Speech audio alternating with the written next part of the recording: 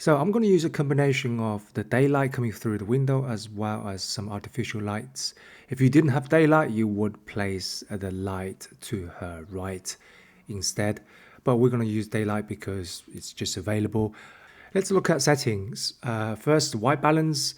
As I described before in the video, that 4500 is like a cloudy day-ish. If we boost it up, that's too bright, doesn't really match the daylight that's coming in. So about 4546 is good. And then you see the native ISO at the top is 400, and this is what we're going to stick on that. Otherwise you'll create noise, like I said before.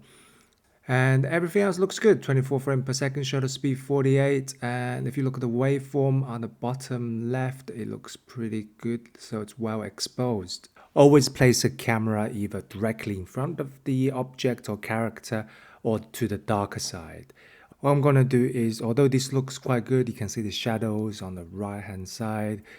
We're going to try to separate her from the background and her. To do that, it is lighting. You need that basic lighting just to create that depth from the wall and to her. So I'm going to add this light here. It's a panel light. I've put some egg crates and diffuser on so that it doesn't spill everywhere. I want it to kind of hit her hair a little bit. You can see that just on the rim of her hair, you can see the nice golden touch of the light. And this doesn't have to be on this side, on the left. It can also work on the other side. It depends obviously on the story, where the light's coming from. And if we look at before and after, you can see clearly this adding that light. It creates the depth, give it more character and just more three-dimensional. In another setup, I point the camera right at the window and put the ND on to expose correctly for outside, as you can see. But as a result, if you remember when I mentioned about ND, it's now everything very dark.